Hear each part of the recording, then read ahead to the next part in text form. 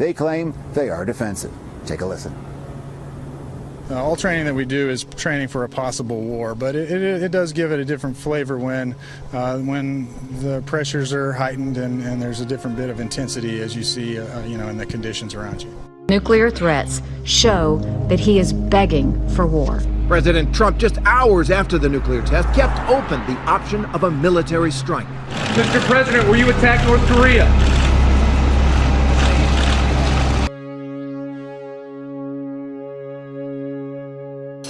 Peace and security in our world, and it is unacceptable that others financially support this criminal rogue regime. The brutal North Korean regime does not respect its own citizens or the sovereignty of other nations. Our new executive order will cut off sources of revenue that fund North Korea's efforts to develop the deadliest weapons known to humankind.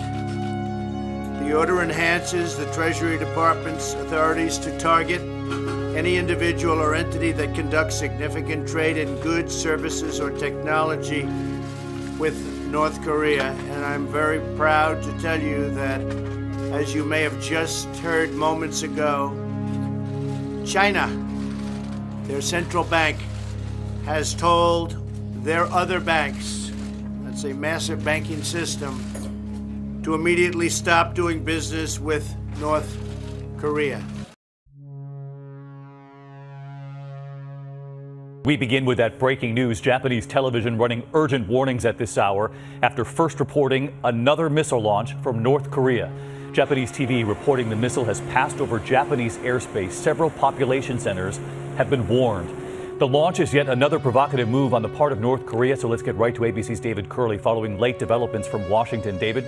Good evening, David. Very provocative. This missile traveled 2,300 miles and right over one of Japan's main islands. It is the second North Korean missile to fly over Japan in the past month, an extremely aggressive move by Kim Jong-un. In Japan, alarms blaring, according to the Japanese media, which says the missile was launched near Pyongyang, passing over the Japanese island of Hokkaido, landing in the Pacific Ocean. According to the Japanese broadcaster NHK, no attempt was made to shoot down the missile. Just this afternoon, President Trump speaking aboard Air Force One, saying he's working with the Chinese on pressuring North Korea and trying to reassure Americans. But believe me, the people of this country will be very, very safe. The Pentagon says initial assessment suggests this was an intermediate range missile, not an intercontinental missile, which could reach the United States. Today's launch coming just days after the UN passed additional sanctions against North Korea. The launch comes less than 2 weeks after North Korea tested what it says is a hydrogen bomb, which can be mounted on an intercontinental ballistic missile, its sixth and most powerful nuclear test. Story this lunchtime. President Trump has issued his strongest warning yet to North Korean leader Kim Jong-un at his first address to the UN General Assembly. Calling him by the nickname Rocket Man on the global stage, Trump said North Korea's nuclear weapons and ballistic missiles are a threat to the entire world. He also said North Korea would be wiped off the map if it attacked the US or its allies. Park Hee-jun starts us off. Leaders from 193 member states gathered at the UN's New York headquarters to address several ongoing international crises, including the Rohingya crisis, the civil war in Syria, climate change, and of course, North Korea's continual nuclear and missile provocations. The highlight was, as expected, US President Donald Trump's keynote speech at his first appearance at a General Assembly session since his inauguration in January. In a wide-ranging speech where he hit out at Iran and Venezuela, President Trump reserved his sternest words for the leadership in Pyongyang. He said that, if necessary, the U.S. would totally destroy North Korea to defend itself and its allies. The United States has great strength and patience, but if it is forced to defend itself or its allies, we will have no choice but to totally destroy North Korea. Rocket Man is on a suicide mission for himself and for his regime. The United States is ready, willing and able. But hopefully, this will not be necessary. He went on to emphasize the importance of UN member nations working together to isolate the Kim Jong-un regime. President Trump also thanked members of the UN Security Council, specifically China and Russia, for their votes in favor of the toughest ever UN resolution on Pyongyang for its most recent nuclear test. Although Pyongyang will have heard President Trump's comments loud and clear, the North Korean diplomats in New York weren't in the room to hear them, as the North's UN ambassador left his seat prior to Trump's arrival.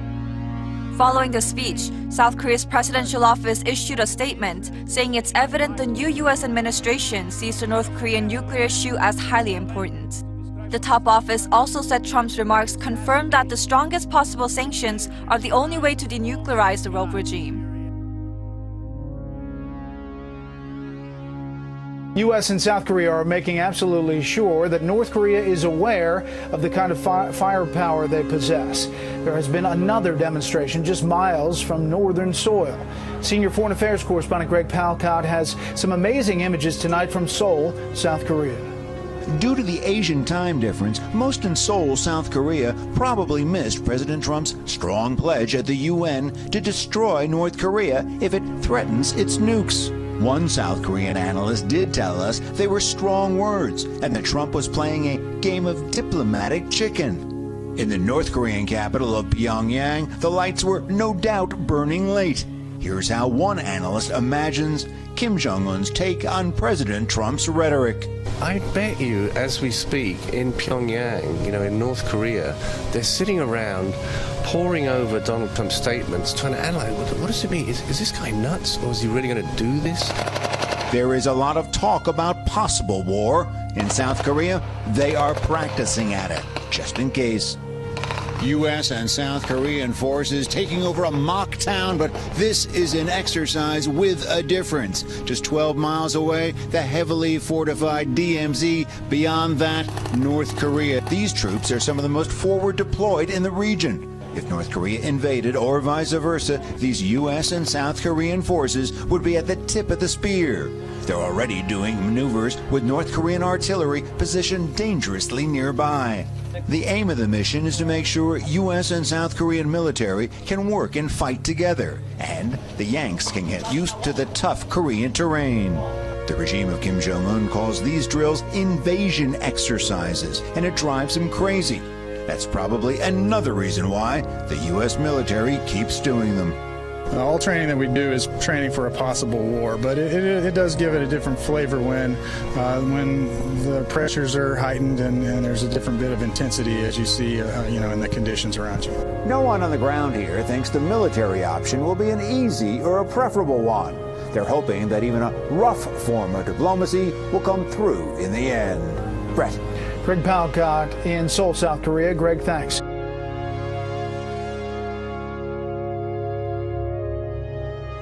Now, following on the heels of President Trump's call for a sharp increase in military spending to deal with threats like North Korea, the U.S. Senate has approved a mammoth defense policy bill for 2018. The bill authorizes the Pentagon's budget for next year and sets guidelines on how the money is spent. Kim Hyo-sun reports. The U.S. Senate has overwhelmingly passed a roughly $700 billion defense policy bill for the next fiscal year, backing President Trump's call for a bigger and stronger military. The amendment to the National Defense Authorization Act, which authorizes an $81 billion on-year increase in defense budget, was passed with 89 votes in favor and just 8 votes against. The legislation includes an additional $8.5 billion allocation for the Missile Defense Agency to strengthen missile defense. It also includes the Pentagon's pledges to defend the Korean Peninsula through the deployment of the THAAD anti-missile system and a nuclear umbrella. In addition, the bill lays out Washington's plan to enhance its extended deterrence over its allies in the Asia-Pacific region, including South Korea and Japan, by mobilizing all military capabilities, including nuclear and conventional.